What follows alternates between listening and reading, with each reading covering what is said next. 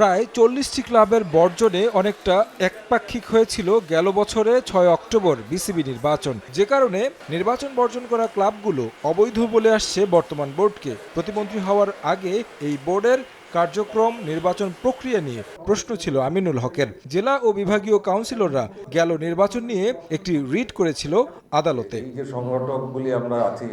নির্বাচনের আগে রিট করলেও পূর্ণাঙ্গ রায়ের অপেক্ষায় সংশ্লিষ্টরা। নতুন সরকার গঠন হওয়ায় ন্যায় বিচার পাওয়ার ব্যাপারে আশাবাদী বিসিবি নির্বাচন থেকে সরে দাঁড়ানো সংগঠকরা। কোর্ট সিদ্ধান্ত নিবে, আসলে বৈধতা তো কোর্টই দিবে। তো একটা মামলা পেন্ডিং আছে, আপনারা সবাই জানেন, জেলা বিভাগ থেকে করা হয়েছিল। তো ওইটা হয়তো সামনে আসবে, হলে দেখা যাবে, তো কোর্ট সিদ্ধান্ত নেবে। আমরা বিশ্বাস করি যে একটা নিউট্রাল, একটা ফেয়ার জাজমেন্ট আমরা আশা করি আপনার কোর্ট থেকে পাবো, যেটা রায় আপনার গত সরকারের আমলে আসে নাই, বাট এখন মানে এটা ফাইনালি যখন হাইকোর্টে যাবে মামলাটা, এটা একটা ফেয়ার জাজমেন্ট পাবো এবং সঠিক বিচার হবে, এটাই আমাদের কামনা।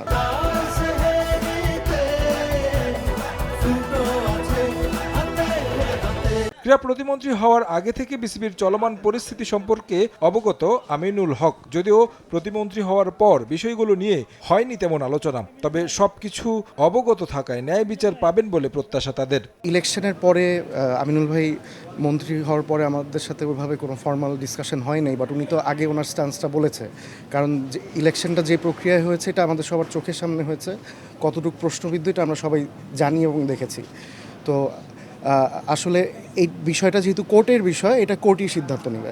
ক্রীড়া পরিবারের সদস্য ফাহিম সিনহা, তার বাবার মতো তিনিও ছিলেন বিসিবি পরিচালক, দেখেছেন কাছ থেকে। তবে বর্তমান কমিটির কার্যক্রম হাস্যকর বলে মন্তব্য করেন এই সংগঠক।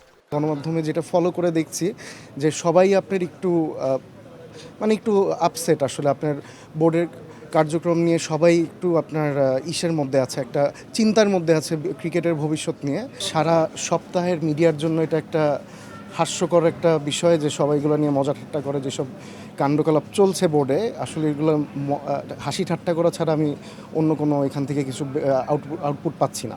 নতুন করে সুষ্ঠু নির্বাচনের মাধ্যমে কমিটি গঠন করা হলে দেশের ক্রিকেটে সচলতা ফিরবে বলে প্রত্যাশা তাদের।